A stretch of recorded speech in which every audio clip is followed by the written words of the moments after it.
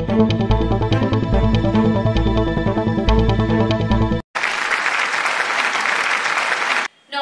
আমি উর্না। শুরু করছি প্যারালাল ঝলক। ডিজিটাল মিডিয়ায় এই প্রথম আপনারা দেখছেন বাংলায় খেলার সেরা বুলেটিন। মোহনবাগানের আবার আইএসএল চ্যাম্পিয়ন হওয়ার দৌড় চলছে। ইস্ট বেঙ্গলের দৌড় চলছে সুপার 6-এ ওঠার লক্ষ্যে। আইএসএল এর সমস্ত খবর এবং সেই সঙ্গে ভারতীয় ও আন্তর্জাতিক ফুটবলের সব খবর নিয়ে আমাদের বিশেষ সেগমেন্ট খেল সকার। গোয়া ম্যাচ হেরে সোমবার শহরে ফিরল টিম ইস্টবেঙ্গল। মঙ্গলবার থেকে আবার নেমে পড়বে অনুশীলনে। আগামী 24 তারিখ যুবভারতীতে সামনে কেরালা ব্লাস্টার্স। গোয়া ম্যাচে সামান্য মাসেল ক্র্যাম্প হয়েছিল রিচার্ড সেলিসের। বেদম হয়ে পড়েছিলেন নাওরেম মহেশ। সে কারণেই দুজনকে তুলে নিতে হয়েছিল। তবে কোনো সমস্যা নেই, দুজনেই মঙ্গলবার অনুশীলনে নামবেন। মঙ্গলবার ক্রেসপোর চোটের জায়গায় আবার কিছু মেডিকেল টেস্ট হবে। তার রিপোর্ট দেখেই বোঝা যাবে তার চোটের অবস্থা। তবে আপাতত আর কোনো বিদেশিকে সই করানোর সম্ভাবনা খুবই কম। প্রথমত সুপার 6-এ ওঠার আশা প্রায় শেষ। দ্বিতীয়ত আর্থিক সমস্যা, তাই হয়তো সেলিসের পর আর কাউকে এখন সই করানো হচ্ছে না। চেন্নাই ম্যাচ খেলতে সোমবার উড়ে গেল টিম মোহনবাগান। জামশেদপুরের সঙ্গে ড্র করার পর আবার জয়ের সরণিতে ফেরার লড়াই। সাহাল ফিট, দলের সঙ্গে চেন্নাই গেলেন। তবে এই ম্যাচেও দল অপরিবর্তিত থাকার সম্ভাবনাই বেশি। একদিকে ইস্টবেঙ্গল, অন্যদিকে মোহনবাগান, সঙ্গে বিশাল কাইথের প্রসঙ্গ। সবকিছু নিয়ে খোলামেলা সাক্ষাৎকার দিলেন মেহতাব হোসেন।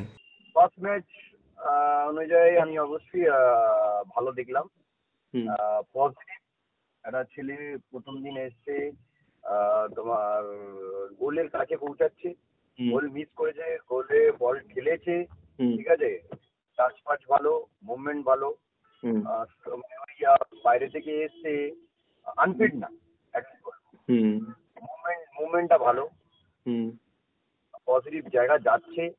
হয়তো কালকে বডিস যে সেভটা করেছে, মানে world class goal line save করেছে, যে বলটা পুশ করে দিয়েছিল, তারপরে একটা চেস্ট ট্র্যাপ করে ভালো মেরেছে।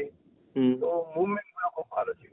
দেখো, আমি ওটাই বলছি যে একটা স্ট্রাইকার, বড় স্ট্রাইকার অলওয়েজ না পেশেন্স রাখতে হয়। আর যখন ক্রস আসবে, ওই ক্রসের ও নিজের টার্গেট থেকে সরে যাচ্ছে বাইরে। আমি সেটাই বলতে চাইছি তোমাকে, মানে গোলের ভিতর থেকে, বক্সের ভিতর থেকে তোমাকে বাইরে গেলে চলবে না। তোমার প্রেশার আছে, একটা স্ট্রাইকারের উপরে সবসময় প্রেশার থাকে গোল করার জন্য। গোল করার তার মানে এটা নয় আমি বাইরে গিয়ে দুজন, আর যেমন টাকা নর্থে ইজ লাইক, তোমার কি বলবো, এরকম স্ট্রাইকার নাই কি দুজন তিনজনকে বা একজনকে ড্রিবল করে গোল করবে, এটা নেই।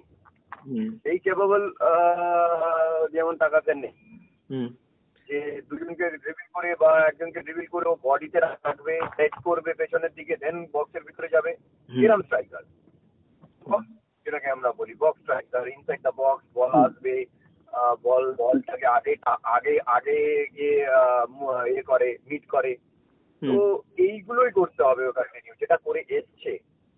বাইরের দিকে গেলেই একটা তোমার নাম্বার 9 বাইরের দিকে যখনই যাবে তখনই কিন্তু ও গোলের থেকে বাইরে চলে যাবে। এটা তো দরকার। এটা তুমি দেখবে এটা কেরালা ব্লাস্টার করেছে, এটা না, কেরালা ব্লাস্টার ডিস্ট্রিক্টে ফুটবলগুলো ছড়িয়ে দিয়েছে, ফ্র্যাঞ্চাইজি দিয়েছে, ঠিক আছে, মার্চেন্ডাইজ বিক্রি করছে। এটা এটা এটা আমার মনে হয় অনেক আগেই করা উচিত ছিল ক্লাবের, যাতে রেভিনিউ এলে কি হয়, প্লেয়ার কিনতে অসুবিধা হয় না। যখন একটা ভালো প্লেয়ার নেবো বা বড় প্লেয়ার নেবো, এতে অনেক প্লেয়ার কি হয়, মার্চেন্ডাইজ বিক্রি করেই বা মার্চেন্ডাইজ করে এইগুলো অনেক সুবিধা হয় ক্লাবের। যেটা ইকোনমিক দিক দিয়ে যেগুলো সাফার করছে ক্লাব, সেখান থেকে কিন্তু অনেক রিকভারি করা যায়। দেখো, ফার্স্ট অফ অল মোহনবাগানের চান্সটা বেশি, কেন 6 পয়েন্ট গোয়ার থেকে এগিয়ে আছে, ঠিক আছে, সবার থেকে মোটামুটি এগিয়ে আছে। সেই কনফিডেন্স লেভেলটা এইবার লাস্ট 5টা ম্যাচ ডিপেন্ড করবে কি চ্যাম্পিয়ন হবে। মোহনবাগান নিজের যে পারফরমেন্স করছে, সেই পারফরমেন্সে যদি কন্টিনিউ রাখে, ধারাবাহিকটা ঠিকভাবে রাখে, তাহলে আমার মনে হয় মোহনবাগানই চ্যাম্পিয়ন হওয়ার দৌড়ে বেশি আছে। আর যদি মনে হয় পয়েন্ট লুজ যদি করে, তাহলে কিন্তু আমার মনে হয় গোয়ার চান্স বেশি আছে। কেন গোয়া এভরিডে তাদের পারফরমেন্সটাকে ডেভেলপ করছে। উর্পিতে জায়গায় চান্স দেবে কিনা আমি জানি না, কিন্তু এই মুহূর্তে আমার মনে হয় দেখা দেশের সেরা গোলকিপার। এটা ন্যাশনাল টিমের কোচই বলতে পারবেন যে বিশাল কাইদকে জায়গা দেবে কিনা। কিন্তু এখন যে পারফরমেন্সটা আছে বিশাল কাইদের, যেভাবে ও গোল লাইনে দাঁড়িয়ে খেলছে, মানে ও লাস্ট বলি না আমরা লাস্ট ডিফেন্স, মানে যত ভালো তার কমান্ড থাকবে, তার যত ভালো কনসেপ্ট থাকবে, তত ভালো খেলতে পারবে। ভুলভাল সাইড মারে না, ভুলভাল তোমার এগিয়ে আসে না, যখন যেখানে সেট করা দরকার সেট করে, যেখানে গোল লাইনে দাঁড়ানো দরকার রিফ্লেকশন, বলগুলো সেভ করার জন্য এভরিথিং একটা গোলকিপারের যেটা দরকার প্রত্যেকটা জিনিস ও পারফেক্ট করছে এই বছর বিশেষ করে। অগ্নিগর্ভ মোহামেডান, ফুটবলারদের বিদ্রোহে রীতিমতো চাপা আগুন। বকেয়া বেতন না পেয়ে সোমবার অনুশীলনেই এলেন না সাদা কালো ফুটবলাররা। রবি হাসদা, ইসরাফিল দেওয়ান, মনবীর সিংয়ের মতো মাত্র 5 জন ফুটবলার এসেছিলেন অনুশীলনে, বাকিরা অনুপস্থিত। প্রথমে শোনা গিয়েছিল ফুটবলাররা সবাই যে যার বাড়িতে ফিরে গিয়েছেন, কিন্তু রাতে জানা গেল 2-3 জন বাদে সকলেই ছুটি কাটিয়ে শহরে ফিরে এসেছেন। কিন্তু বেতন না পেলে তারা অনুশীলনে আসতে নারাজ। গত কয়েকদিন ধরেই এই বিদ্রোহ চলছে। সোমবার তা চরম আকার নিল। এই পরিস্থিতিতে কর্তারা ড্যামেজ কন্ট্রোলে নেমেছেন। মঙ্গলবার আছে জিম সেশন। তার আগে ফুটবলারদের বুঝিয়ে প্র্যাকটিসে আনার চেষ্টা চালিয়ে যাচ্ছেন। তবে এখন দেখার মঙ্গলবার আবার নতুন কোন নাটক অপেক্ষা করে আছে। অনূর্ধ্ব 17 যুবলীগের ডার্বি নিষ্ফলা। মোহনবাগান বনাম ইস্টবেঙ্গলের ফিরতি ডার্বি শেষ হলো গোলশূন্যভাবে। প্রথম লেগের ডার্বি জিতেছিল মোহনবাগান। সোমবার ফিরতি লেগের দ্বিতীয়ার্ধ অবশ্য ঘটনাবহুল। একটি গোল লাইন সেভ করেন মোহনবাগানের হাউকিপ, তবে সবুজ মেরুন ফুটবলারদের দুটি শট পোস্টে লেগে প্রতিহত হয়। এই ম্যাচ ড্র হয়। মোহনবাগানের লিগ শীর্ষে থেকে পরের পর্বে যাওয়া অনেকটাই সহজ হয়ে গেল। অন্যদিকে ইস্টবেঙ্গলের পরের পর্বে যাওয়া অনেকটাই কঠিন হয়ে পড়ল। What is required, but the previous game which we played, we conceded goals because we rested some of the key players where we wanted the other players also to get game time, because it's all about developing players, giving them game time and progressing them to the next level. So yes, the defense was good. We were good. Aditya was very good. Because he is our main player, where in the back four where he guides the defense. And he is also very clinical in all the duels, in the aerial balls, and he is also composed when he have the ball. So that is a plus point for us.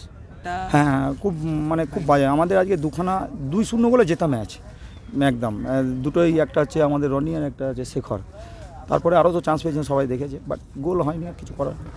গত ম্যাচে 5 গোল হজম করার পর ছেলেদেরকে কীভাবে uplift করলেন আজকের খেলায়, যেটা একটা প্রকাশ পেল? একদম।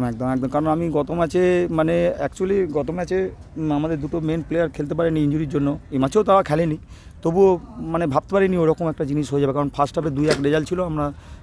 আমাদের বল সেকেন্ড হাফে লাস্ট ম্যাচে বারে লেগে চলে এসছে, সেখান থেকে ম্যাচটা টার্ন আপ হয়ে গেছে। যাই হোক, ছেলেরা চেষ্টা করছে, এখন গোল হয়ে গেছে। এখন এরা ইউথ, এদের ব্লেম দিয়ে ঠিক হবে না। ওরা আগামী দিন এখন অনেক বাকি আছে, ওরা ভালো খেলবে আশা করি। লিগের পরবর্তী জায়গায় এবার টার্গেটটা কি? ম্যাচ বাই ম্যাচ আমরা চিন্তা করছি, ম্যাচ বাই ম্যাচ। কারণ এখন আগে থেকে টার্গেট নিয়ে লাভ নেই, কারণ ছেলেদের খেলতে হবে, রেজাল্ট করতে হবে, তবে না টার্গেট। চলে গেলেন মোহনবাগানের জাতীয় লিগ জয়ী footballer Rishi Kapoor. Multi organ failure হয়ে অকালেই চলে গেলেন ঋষি। সুব্রত ভট্টাচার্যের কোচিংয়ে খেলেছেন দীর্ঘদিন, খেলেছেন ব্যারাটোরেনোভিদের সঙ্গে। দিল্লির ছেলে। ইস্টবেঙ্গলের বিরুদ্ধে মাঝমাঠ থেকে করা তাঁর গোল এখনও সকলের স্মৃতিতে অটুট। ঋষি কাপুরের অকাল মৃত্যুতে শোকস্তব্ধ ময়দান। সান্তিয়াগো বার্নাব্যুতে লা লিগার ম্যাচে 30 সেকেন্ডের মাথায় প্রথম গোল করেও রিয়াল মাদ্রিদের বিরুদ্ধে জয় পেল না লাস পালমাস। 4-1 গোলে ম্যাচ জিতল রিয়াল। এদিন রিয়ালের হয়ে জোড়া গোল করেন কিলিয়ান এমবাপে। একটি গোল অফসাইডের কারণে বাতিল না হলে তাঁর সামনে হ্যাট্রিকেরও সুযোগ ছিল। এদিন ম্যাচে প্রথম গোল হজম করার পর দারুণ ছন্দে ফেরে কোচ আনচেলোত্তির দল।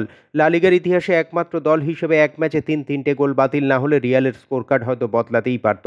এই জয়ের ফলে 20 ম্যাচে 46 পয়েন্ট নিয়ে শীর্ষে উঠে এলো তারা। গত সপ্তাহে এফএ কাপে স্যালফোর্ড সিটিকে 8-0 গোলে হারিয়েছিল ম্যানচেস্টার সিটি। এদিন ইংলিশ প্রিমিয়ার লিগেও গোল উৎসব করল পেপ গুয়ার্দিওলার দল। ইপসুইচ টাউনকে তাদের মাঠেই 6-0 গোলে হারালো সিটি। এদিন ম্যানচেস্টার সিটির হয়ে জোড়া গোল করেন ফোডেন। এই বড় ব্যবধানের জয় যেন নিজেদের খারাপ সময় কাটিয়ে ওঠার ইঙ্গিত দিল টানা 4 বারের চ্যাম্পিয়নরা। এদিন ম্যাচ জিতে লিগ টেবিলের 4 নম্বরে উঠে এলো ম্যানচেস্টার সিটি। আরও 4 বছরের জন্য রিয়াল মাদ্রিদের প্রেসিডেন্ট নির্বাচিত হলেন ফ্লোরেন্তিনো পেরেজ। 77 বছর বয়সী এই ব্যবসায়ী 2029 সাল পর্যন্ত রিয়ালের প্রেসিডেন্ট পদে থাকবেন বলে ক্লাবের পক্ষ থেকে জানানো হয়েছে। 2009 সাল থেকে এই নিয়ে পঞ্চমবার ইউরোপের অন্যতম সফল ক্লাব রিয়াল মাদ্রিদের প্রেসিডেন্ট নির্বাচিত হলেন তিনি। অস্ট্রেলিয়ার কাছে বর্ডার গাভাস্কার ট্রফি খুইয়ে এলো ভারত, তবে এবার সামনে ইংল্যান্ডের বিরুদ্ধে সিরিজ। ভারতীয় দলের সমস্ত খবরের পাশাপাশি ক্রিকেটের যাবতীয় খবর নিয়ে আমাদের বিশেষ সেগমেন্ট লে ছক্কা।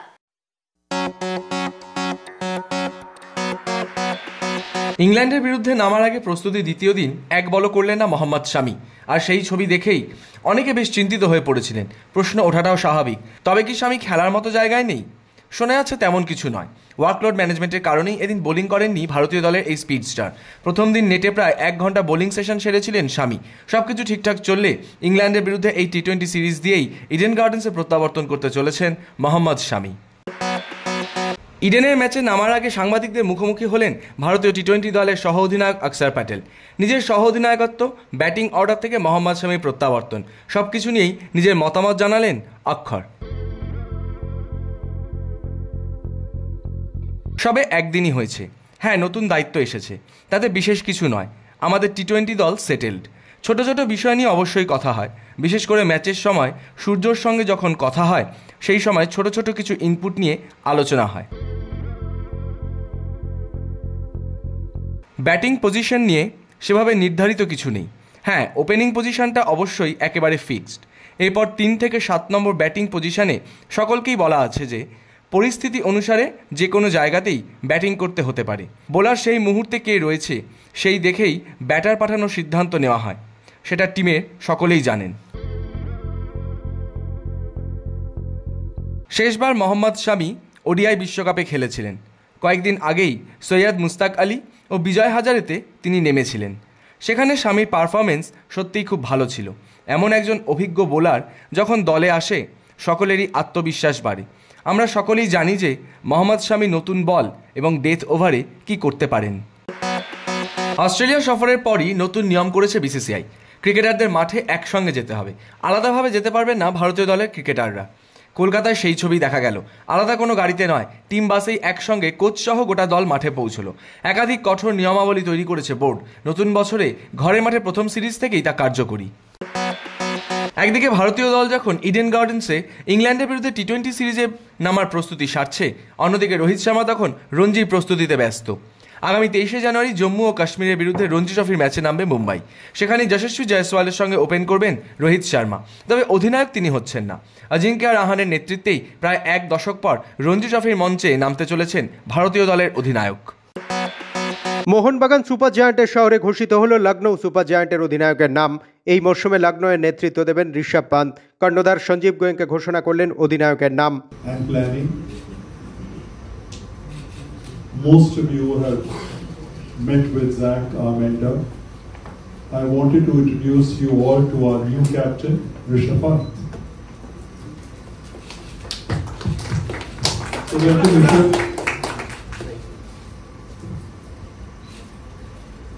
We start with new aspirations, new hope, and most importantly, new confidence. নতুন অধিনায়ক জানিয়ে দিলেন তিনি অধিনায়ক রোহিত শর্মাকে দেখেই শিখছেন। নতুন দল হলেও আগের মতোই নেতৃত্ব দিয়ে যাবেন। তার মুখে শুধুই রোহিতের কথা। I've learned from a lot of captains, a lot of my seniors, because I feel you just don't have to only learn from your captain. I think there are a lot of senior players who have experience of the game, the way game is moving forward. I think there's a lot of learning to be learned from all the seniors, not just the captain. But it's difficult to be very specific with Rohit Bhai is one. Like with Rohit Bhai, you have learned how to care for a player. Because I feel the same as a captain when I captain the side. I feel if you give confidence and trust to a player, he will do things which you can't even imagine for you and for the team. And that's the kind of ideology we like to have. Like, we'll back the players, we'll try to give them trust, we'll have a clear communication, what kind of role we want for them. And that's the idea. And one thing is that never die attitude. Like, You fight till the last ball. Mentor Zaheer Khan ও ঋষভকে অধিনায়ক হিসেবে পেয়ে উচ্ছ্বসিত। পাশাপাশি সঞ্জীব গোয়েঙ্কা মেনে নিলেন তারা তাদের ফুটবল টিম মোহনবাগানের সাফল্য দেখে অনুপ্রাণিত। Look at Mumbai Indians, look at CSK, look at the way they've gone about their business. Look at the consistency that they've got, the stability that they've got, the motivation that Rohit and Mahi bring to the team. So we have to learn from that. And you learn every day. You make mistakes, you learn from them. You fall down, stand up, run faster. So yes, the attempt is to delight our fans.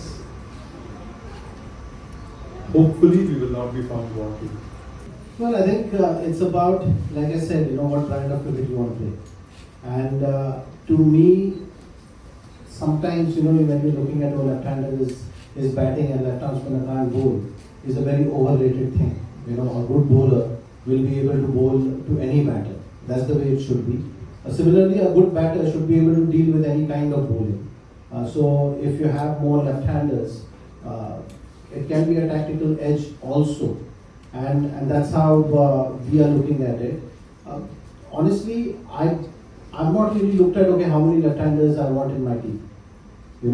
As long as you have the balance, you have the options in your squad, your bases are covered.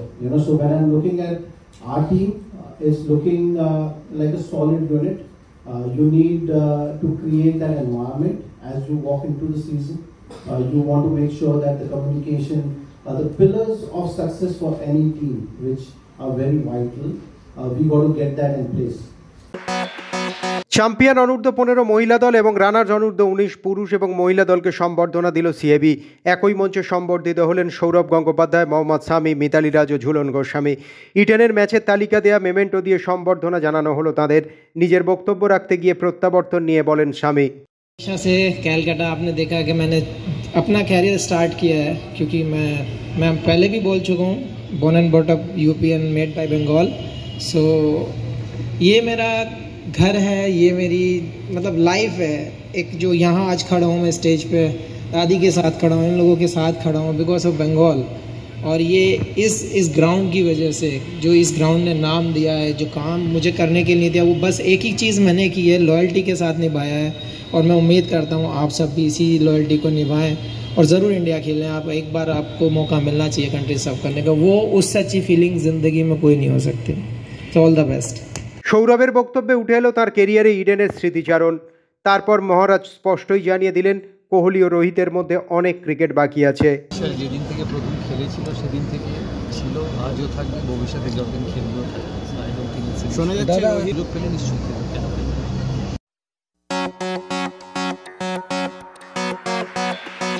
Cricket football ছাড়াও বাকি সব খেলার update কি? দাবা, hockey, badminton সব খেলার খবর নিয়ে আমাদের বিশেষ segment wing play.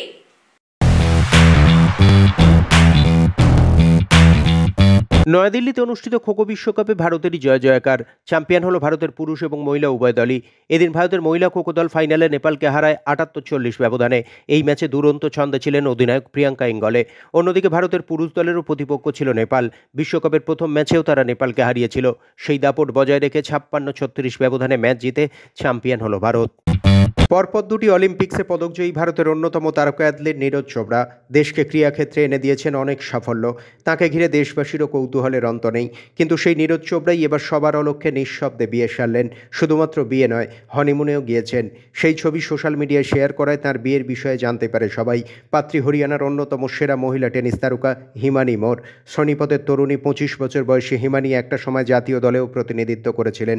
All India tennis অ্যাসোসিয়েশনের সিঙ্গেলসে তার র্যাঙ্কিং ছিল 42 এবং ডাবলসে 27। কিন্তু বর্তমানে তিনি আমেরিকার ফ্র্যাঙ্কলিন পিয়ার্স বিশ্ববিদ্যালয়ে স্পোর্টস ম্যানেজমেন্ট নিয়ে স্নাতকোত্তর পড়ছেন। যদিও তাদের বিয়ের ছবি দেখে মুগ্ধ নেটিজেনরা, শুভেচ্ছাও জানিয়েছেন নবদম্পতিকে।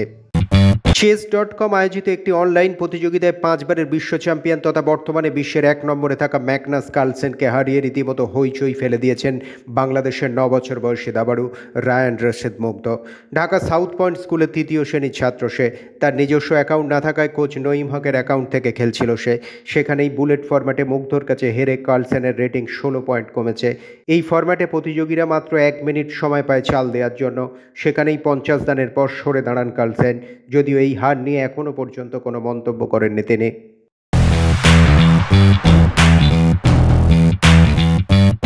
খবরের দুনিয়ায় খেলার খবরের পাশাপাশি নানা রকমের মন্তব্য উঠে আসে, আর সেই সমস্ত মন্তব্যের কোলাজ নিয়ে আমাদের বিশেষ সেগমেন্ট থ্রো ইন। আমরা আরও একটা প্রতিযোগিতায় নামতে চলেছি।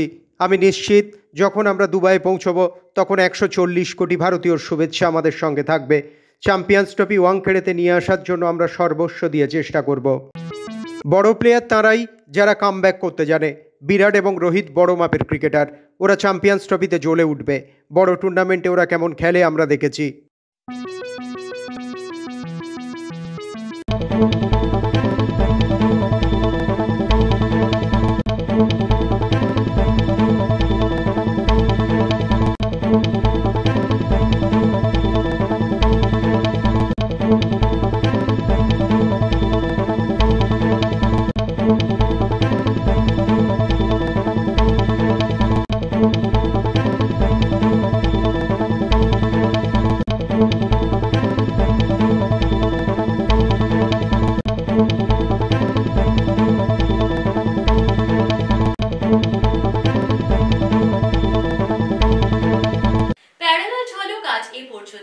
খেলার দুনিয়ার যাবতীয় সব খবর নিয়ে দেখতে থাকুন প্যারালাল ঝলক প্রতিদিন রাত 10টায়।